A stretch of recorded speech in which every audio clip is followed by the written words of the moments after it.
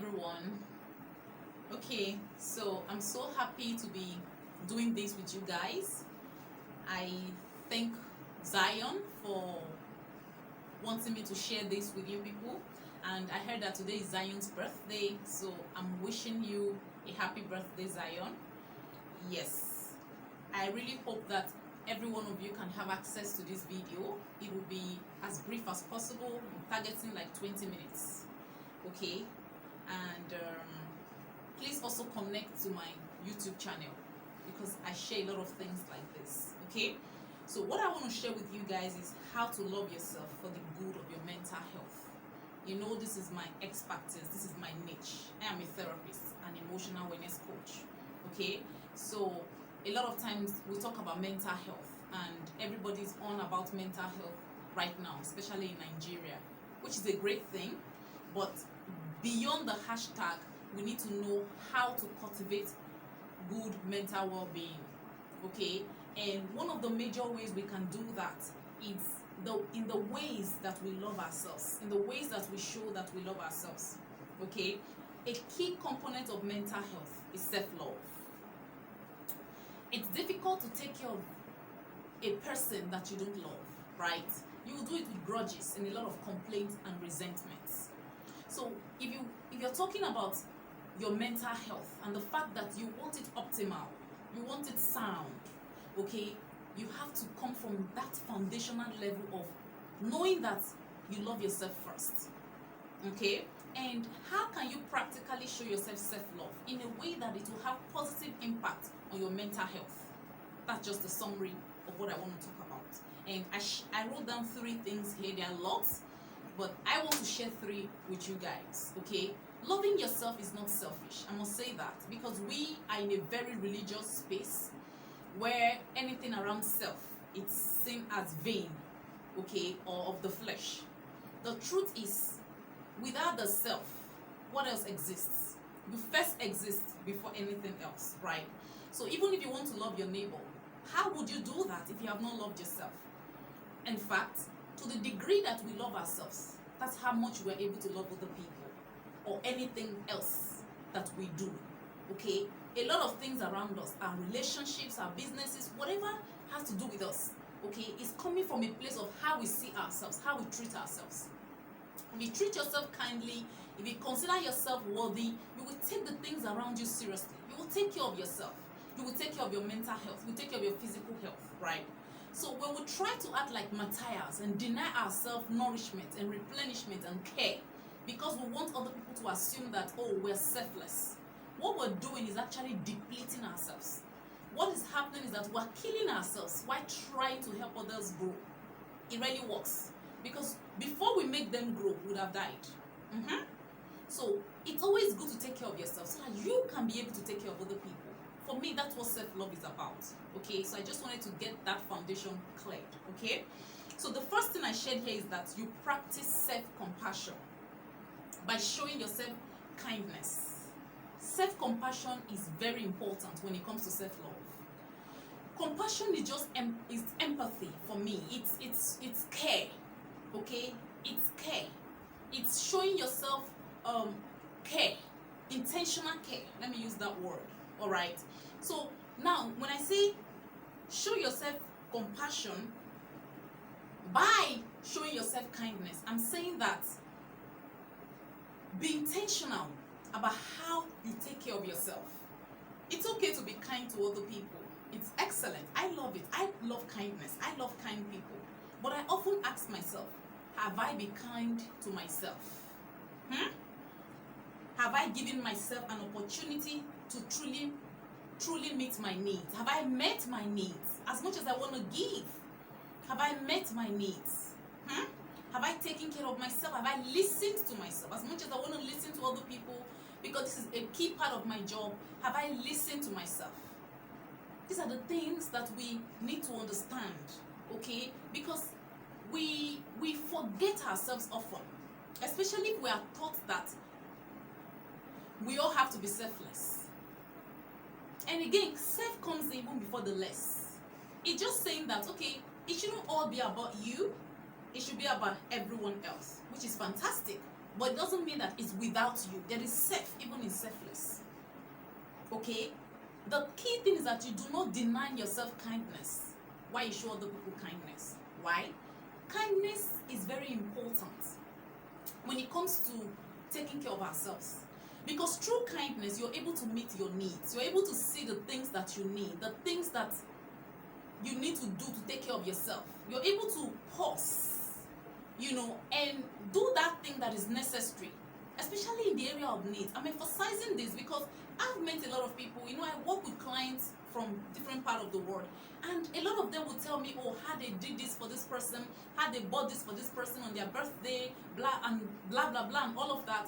And then there's a lot of resentment over the years because they didn't get these things back. And their pain was that they would often say, oh, I could have done it for myself. I could have done it for myself.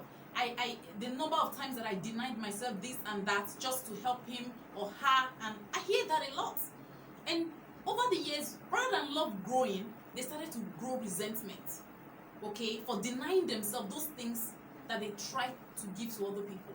Somehow it's a form of control. If you don't know, people pleasing is a form of control. You're trying to control how that person treats you, how that person perceives you. You might not know, it's subtle. It's a covert kind of, control. It's not obvious, but it's a form of manipulation still. Because you're trying to control how the other person sees you by the things you're doing for them. So you deny yourself that so that they can perceive you as selfless, as generous, and all of that. You don't really need that. Once you take care of yourself, when you take care of your needs, you overflow and then you share. So you come from a place of generosity, a place of sharing, which for me is the best. So the first part is showing yourself self-compassion, okay? So that you don't deplete. Because when you deplete, you're depreciating. And before you know, whatever is not refilled can dry up. And that's a challenge when it comes to mental health. When the inside is empty, what happens? Is there any health inside? Is there soundness inside? That's why a lot of people fall into depression. They feel a form of emptiness, resentment for the things that they've given and never received. You don't want that for yourself, especially when you consider your mental health as important. All right, so show yourself kindness. Have compassion on yourself by showing yourself kindness. And in what way should you do that? What opportunities have you given yourself? What ways have you met your own needs? In as much as you want to meet the needs of other people. In as much as you want to refill other people, how are you replenishing yourself? What are the needs that you've denied yourself while trying to take care of other people's needs? You might want to do that, So if you have a journal and a pen, maybe you want to take out these questions and actually sit with yourself and say, what am I denying myself in order to give other people? And it's affecting me. You're not being kind to yourself. You're just showing kindness to other people. You're not being kind to yourself. And you deserve kindness too, right? So, that's it. The next one that I want to share with you is actually that you become aware of being yourself. This is very important. Become aware of being yourself and realizing that you deserve to be seen, heard, and validated. Okay? By being who you are, not by being someone else. You might ask me, how does this have to do with my mental health? When you are not in alignment with your authenticity, there's bound to be a form of disharmony within. Okay? And where disharmony is, there's no peace. And if there's no peace, would there be happiness? I doubt it. Yeah. It's the little things. A lot of times when it comes to our life, it's the little things that we didn't keep up with.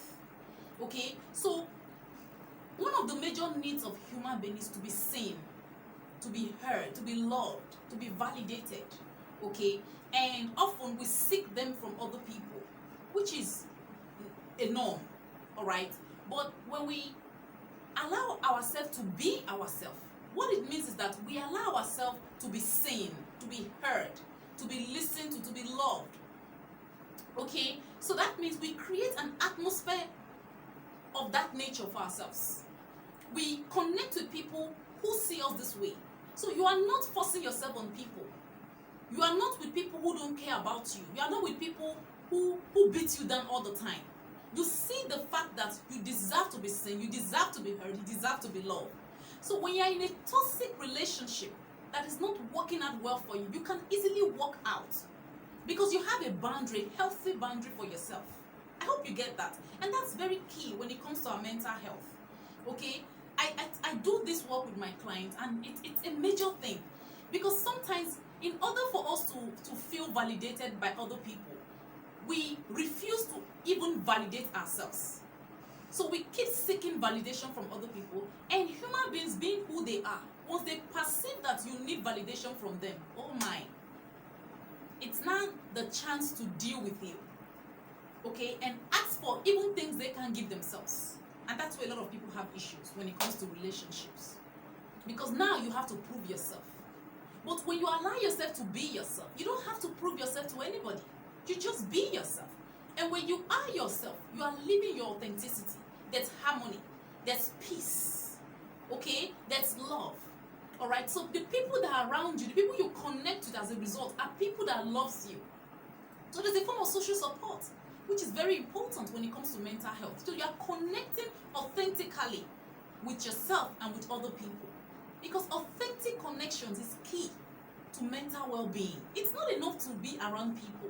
A lot of times people are around people, but they are very lonely. There's no authentic connection. There's a lot of phoniness, fakeness, you know. There's no real connection. They are not seen, they are not validated, they are often beaten down, all of that. And it creates this resentment, it creates this harmony and pain that they cannot even express, because they also fear being named as needy.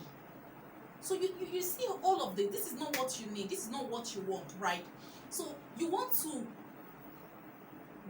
allow yourself to be. Stop trying to prove so hard to other people that you're this, you're that. You want to allow yourself to be. And how you do that is, first of all, to validate yourself, to recognize the fact that you deserve to be seen, and see yourself for who you are. Recognize yourself. Hear yourself. Take time to listen to yourself. That's what it's still coming from the first part that I shared. Okay? You have to take care of yourself. You have to know that you are beautiful. You have to know that you dressed well. So that you don't always have to wait until somebody says you look nice before you know that you actually look nice. That's I hope you get that. That's part of it. Yeah, because you don't want to be in that space where there's disharmony within. Once there's disharmony, there's a challenge, there's a problem. There's a lot of fighting and turmoil going on inside. And once those things are going on inside, the outside will be harsh, right? So give yourself that space to be yourself, okay? Become aware of being yourself. It's very important. Become aware of being yourself, all right? And then I now wrote this key thing. I said it's your duty to recognize your deepest, innermost authentic feelings and make ways to express them healthily, okay? And the way you can do that is actually to be yourself, so that you can feel your real feelings. If you're not yourself, you're going to be suppressing your authentic feelings. And when you consistently suppress your authentic feelings, a time would come where they will explode.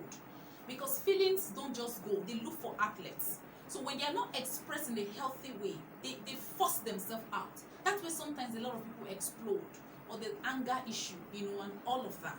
And these things have negative impact on our mental health. Okay, I'm going to take questions. I really don't want this more than 20 minutes actually, so that I can have time for questions and all of that. Okay, so the next one that I shared here, the third one, is have me time. Have me time. Have moments alone with yourself when you really feel yourself and hear yourself. I said here, observe your emotions during this time and check for any signs of anxiety, sadness, grief, unprocessed emotions. Just recognize yourself in that instant. Recognize how you're feeling. Do you feel okay? Did events happen in the course of the day, you know, that is making you unhappy? Do you want to process this event, how it happened? Okay, what you did wrong, or whatever the other person did wrong, who you need to forgive, whether yourself or the other person. Have me time. It can be once in a week, maybe on a weekend when most people don't work. It can be 30 minutes, 1 hour, depending. If you are just starting, you can start with 10 minutes. You don't have to rush it, Because being with yourself, sitting alone with yourself is one of the hardest things humans find to do. So if you are just starting, you don't want to rush it. Because when you are alone with yourself and you have not done the inner work, you can be sitting alone with a lot of torments within, and you might not be able to handle that. So take the time, okay? Practice me time, just you and you alone. Switch off the internet, disconnect from phones and gadgets and movies and all. Just you with you, okay? Bear with your authentic feelings, bear with yourself, with what is going on, listening to yourself. This is very key when it comes to mental health. This is very important because we are running a lot from ourselves. And some of the reasons why we run from ourselves is because of underlying emotions we feel. Emotions we've not fully expressed. Grief, you're grieving someone, but you're running from it. You don't want to sit down and really grieve that your parent that have died. You're still hoping that it is not true yet, or you just want to deny it. So you can't sit alone because those feelings comes back. Or you're grieving a heartbreak and you refuse to grieve it. You're pretending like it never happened. You know, all of these emotions that you didn't process, that you didn't give yourself space to experience or express, eventually comes back at you with a force. And that's where the problem is. Some people become suicidal when it comes like a rush. You know, the way you see the gushing of water from a tap, that's how they come, and they become overwhelming. But when you take time, you know, in little minutes of the day, or sometimes when you have freer space, and sit yourself and you're able to deal with these things, or seek even professional help through a therapist or a well-being coach, you know, and you can process these things. So you're going through that journey as it comes. You're not having them suppressed. So they are not hijacking your life one moment like that in space when it happens. So it's really important that you create me time. It's not just the time for manicures and pedicures and your hair. No, I'm talking about the time for yourself. The time when you are trying to connect with your inner self. You know, you want to listen to the inner housekeeping. How is it going? What's happening inside? What are the sensations? What do you feel? How is your heart rate? You know, why is it beating? What are those things that have been affecting you? What is it you've been thinking about? What are the reoccurring thoughts? You want to know your thoughts. What are the things you're really thinking about that you run from? You want to sit with it. If you can't deal with it, you want to seek help. You want to deal with your problem. You don't want to be running away from your problem, right? You don't want a time will come that little thing, there's flame, and you're wondering, where is this flame coming from? It's the inside that you'll be running from. It's the explosion of all of those unexpressed emotions that is taking a toll on you. Okay, so when we do these things, we are practicing taking care of ourselves. And what happens is that our mental well-being improves. It is the little step. It is the little things that we do. Okay? Have me time. I can be here talk for hours on what to do and all of that. If you don't do it, it's irrelevant. So let's start from these 3 things I have shared first. Let's start from this journey. Especially if you consider your mental health important, which you should. Because your mental health is a key component of your life. It has to do with your mental, emotional, social, and psychological well-being. And it's very important. It has impact on your physical health even. So you want to deal with the issues. Don't run from the inside. I do, my work is majorly the inner work. I work with people to first of all sort out the inside. We're so good in the charms and the outward, you know, beauty and stuff. And we keep what is inside hidden. And what is inside is what is killing many people, is what is having negative impact on their mental health. So I hope that you consider these things that I've shared with you. And I'm here to take your questions and your answers. And I'll be very ready to have you contribute to this conversation. Once again, thank you for having me. And I'm so grateful. If you want to connect with me, you can connect more with me on Instagram or Twitter @African Therapists. Thank you.